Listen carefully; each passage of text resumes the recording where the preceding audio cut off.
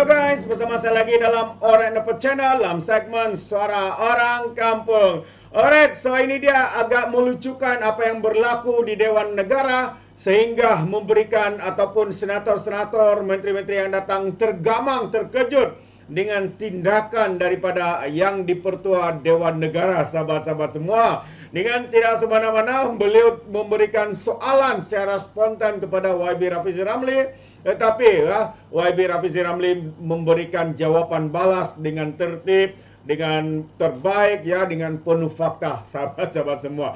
Jadi tanpa membuang masa, mari kita dengar bersama apakah sebenarnya yang berlaku di dalam Dewan Negara ini ketika sesi soal jawab lisan bersama dengan YB Rafizi Ramli. Tapi sebelum itu, jangan lupa juga untuk terus support Alright Nepal Channel dengan cara tekan butang subscribe, like, dan share. So, mari kita ikuti dan juga tonton video ini, sahabat-sahabat semua. Ekonomi hijau. Usaha ini akan meningkatkan tahap daya saing pemain industri tempatan dalam pasaran global kerana permintaan dan juga pematuhan ESG kini menjadi satu elemen penting yang dititik beratkan oleh pelabur-pelabur antarabangsa. Namun demikian, pelaksanaan dan pelaporan amalan ESG oleh syarikat-syarikat di Malaysia pada masa ini adalah masih lagi bersifat sukarela. Semua syarikat awam tersenarai ataupun public listed companies di Bursa Malaysia digalakkan untuk melaporkan amalan perniagaan yang mematuhi prinsip ESG. Pelaporan ESG akan dikuatkuasakan oleh Bursa kepada semua PLC pada tahun 2024. Maksudnya syarikat-syarikat PLC mesti mempunyai satu bahagian di dalam laporan tahunan mereka yang disyaratkan oleh Bursa yang menyentuh mengenai prestasi mereka melaksanakan ESG.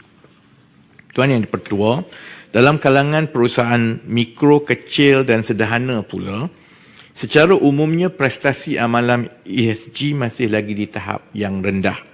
Ini berikutan tahap pemahaman dan kepentingan ESG yang masih kurang, dan ada beberapa kajian ataupun dapatan yang membayangkan keadaan ini. Pertamanya ialah tinjauan PMKS 2023 oleh SME Corp pada bulan Januari hingga Februari 2023 menunjukkan hanya 39.9%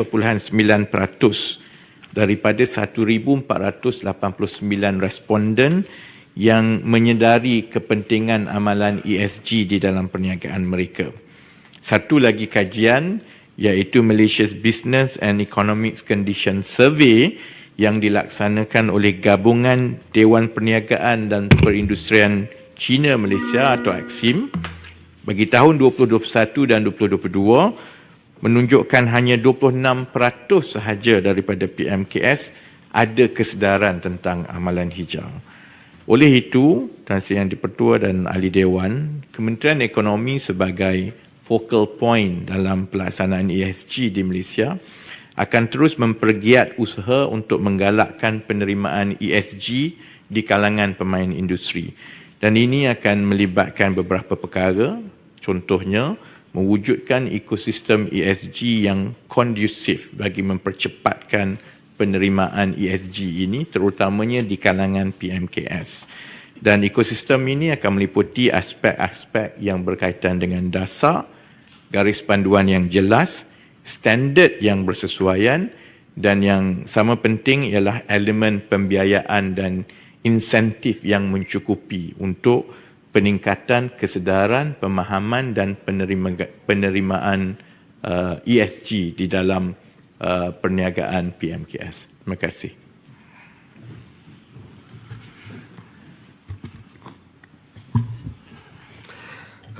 Soalan tambahan Tan Sri Yang di-Pertua, Yang Berhormat Menteri, ESG atau Environmental Social Governance asalnya memang ditubuh atau dibentuk bagi mencari pelaburan ataupun mencari pelabur-pelabur awal yang berpotensi Tetapi hari ini bukan sekadar mencari, mungkin pelabur pun mencari rakan kongsi yang mempunyai ESG. Setakat ini beberapa ratus mungkin syarikat-syarikat JLC mahu pun lebih terkhusus kepada syarikat Bumi Putra yang terlibat dengan ESG. Terima kasih. Terima kasih Ahli yang berhormat. Saya tidak ada angka yang khusus kerana seperti jawapan saya tadi, setakat ini sehingga tahun ini pelaporannya hanyalah bersifat sukarela. Dan itu belum ada lagi sama ada penguatkuasaan atau undang-undang, dia semata-mata kepada pelaporan di peringkat bursa sahaja secara sukarela. Sebab itu kita perlukan kerangka yang lebih laju untuk kita melibatkan dan memastikan seberapa banyak syarikat mula mempunyai elemen ESG di dalam perniagaan mereka, dan terutamanya bila kita mengambil kira bagi SME yang mengeksport produk mereka ke pasaran antarabangsa, kerana produk ini akan menjadi sebahagian daripada rantaian nilai yang dipakai oleh syarikat-syarikat dunia yang memerlukan pematuhan kepada ESG. Jadi insya-Allah dalam bulan yang akan datang perkara ini perlu dipercepatkan, dan saya ambil soalan yang berhormat tadi sebagai satu keperluan untuk keseluruhan negara melihat ESG ini bukan semata-mata soal alam sekitar. Ia sebenarnya satu keperluan perniagaan untuk kita terus berdaya saing di pasaran antarabangsa. Terima kasih. Datuk Seri Mujahid. Terima kasih Tuan Ketua. ESG ekonomi masa depan, salah silap jangan jadi bahan. Madani adalah prinsip mampan. Izinkan saya buat tambahan. Saya baru baca tadi ni, dia kata kena bersopan santun ketika bertanya. Ini masa bertanya, bukan Ya, mencela. maknanya saya cuba nak praktiskan. Ya, mengkayakan bahasa. Profesor Awang Sarian ada. Saya punya soalan simple saja, because kebetulan soalan saya muncul pada 19 hari bulan tentang ESG. Saya ingin bertanya apakah timeline yang diberi, kerana chain value dengan ekspor barang kita pun akan terkesan. Yang kedua, dalam Madani ada sebut tentang audit alam sekitar, upah bermaruah, keseimbangan antara pembangunan dan juga penempatan orang ramai dan sosial. So saya rasa ini adalah peluang terbaik bagi pihak Menteri Ekonomi selaku focal point tadi untuk speed up the process. Nombor satu, saya cadangkan kalau boleh buatlah audit ESG supaya dari situ you work backward dan pastikan semua standard yang kita nak itu dapat di fit in kepada audit ESG, di mana untuk melabur dia kena ada penuhi audit yang kita telah sediakan kriterianya. Terima kasih. Yang betul. Boleh juga dalam form pertanyaan. Terima kasih Tuan Sri Yang Ketua, terima kasih Yang Berhormat.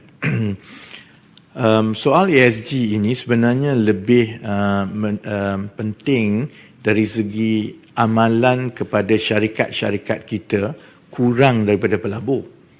Kerana pelabur yang mahu masuk ke Malaysia selalunya menjadi keperluan kepada mereka untuk menggunakan kontraktor ataupun pembekal-pembekal yang ada rekod ESG yang baik. Jadi ada dua perkara di sini. Dari segi pelaburan itu saya ingat dasar-dasar kerajaan sekarang memang sudah mempercepatkan. Sebab itu tumpuan kita untuk 6 bulan pertama pentadbiran ini ialah mempercepatkan energy transition dengan izin Tuan Sri Ketua. Maknanya memastikan bahawa kapasiti ekonomi hijau kita ini boleh memenuhi tuntutan pelabur-pelabur. Tetapi yang lebih mencabar ialah soal bagaimana syarikat-syarikat kita dapat mula mematuhi elemen-elemen ESG, terutamanya dalam keadaan struktur ekonomi kita yang hanya 3% lebih sahaja yang syarikat besar. Kemudian syarikat sederhana ni hanya 2% saja. 95% adalah syarikat bersaiz kecil dan mikro. Sebab itu saya tidak fikir buat masa sekarang kita boleh meletakkan penguatkuasaan undang-undang ataupun garis masa yang mewajibkan, kerana ini akan menjadi kos yang besar kepada syarikat-syarikat ini. Jadi tumpuan kerajaan ialah bagaimana kita membina ekosistem yang kondusif itu untuk memastikan pematuhan dan pengenalan elemen ESG dalam perniagaan di kalangan syarikat PMKS terutamanya tidak membebankan. Sebab itu saya masih lagi belum ke jalan melaksanakan audit dan sebagainya lah, kerana kita perlu galakkan dan kita perlu sediakan insentif yang sewajarnya supaya mereka boleh dapat melaksanakan itu secara sukarela, insyaAllah. Saya sikit nak tanya itu sebab ESG ni melibatkan kos. Apa bantuan sokongan kerajaan yang boleh supaya syarikat-syarikat kita mematuhi ESG ni? Soalan daripada speaker. Terima kasih Tan Sri dengan soalan. Pertamanya Tan Sri yang penting ialah kerana kepakaran ataupun perkhidmatan yang melibatkan pengenalan dan pematuhan ESG ini masih lagi terhad di dalam ekonomi kita. Ia hanya ditawarkan oleh beberapa syarikat tertentu sahaja yang fokusnya ialah kepada syarikat-syarikat antarabangsa. Jadi kosnya mahal. Jadi perkara pertama ialah untuk kita mewujudkan sama ada melalui insentif bantuan kepada syarikat-syarikat kecil supaya jumlah perunding atau syarikat yang boleh menawarkan khidmat ini lebih banyak. Apabila lebih banyak dan permintaan itu lebih besar, maka ia akan mengurangkan kos yang perlu dibayar oleh syarikat-syarikat keseluruhannya. Jadi tumpuan buat masa sekarang dalam tempoh 1-2 tahun ini ialah untuk mewujudkan permintaan daripada syarikat-syarikat kecil yang insya-Allah kerajaan akan pertimbangkan bentuk bantuan kewangan untuk mereka mula melaksanakan secara sukarela, kerana melalui itu apabila lebih banyak pula syarikat yang boleh menawarkan khidmat pematuhan dan standard ESG ini, itu akan menurunkan kos untuk jangka masa yang panjang. Terima kasih Tan Sri. Terima kasih. Penting. Jadi saya Yang Hormat, saya dah soalan Yang Hormat tu tadi dah. Jadi kita dah jawab 3, Menteri dah jawab 3 tu. Dalam peraturan 23/4 tu jelas, 3 tu jelas. Saya minta maaf lah ambil soalan tu tadi. Saya jemput sekarang Yang Hormat Datuk Wira. Itu dia sahabat semua, agak lucu sebenarnya ya, yang dipertua Speaker Dewan Negara yang memberikan soalan itu bagi pihak. Habis apapun, ini adalah satu keterbukaan ya bersama antara Speaker Dewan Rakyat dan juga terbaik daripada YB Rafizi Ramli dengan tenang menjawab soalan yang tidak dijangka-jangka itu. Inilah kualiti menteri yang ada dalam kerajaan perpaduan hari ini, sahabat semua, yang boleh menjawab soalan-soalan yang tidak dirancang yang diberikan secara spontan yang memberikan itu pula adalah Speaker Dewan Negara terbaik. Jadi sekali lagi kita ucapkan tahniah kepada YB Rafizi Ramli menjawab soalan-soalan yang diberikan di Dewan Negara hari ini, dan kita mengharapkan supaya semua perancangan yang diatur itu berjalan dengan lancar, berjalan dengan baik buat untuk negara kita, khususnya juga untuk rakyat Merhain di luar sana. Jadi terima kasih sahabat semua, sampai di sini saja. Izinkan saya untuk mengundurkan diri, dan seperti biasa peribahasa mengatakan apapun kangkap 2 tahun keinginan. Dalam bahasa Melayunya tepuk dadah, tanya selera. Sekian saja daripada Orang The Channel. Saya kita berjumpa lagi dalam info dan update yang seterusnya. Sekian, bye bye.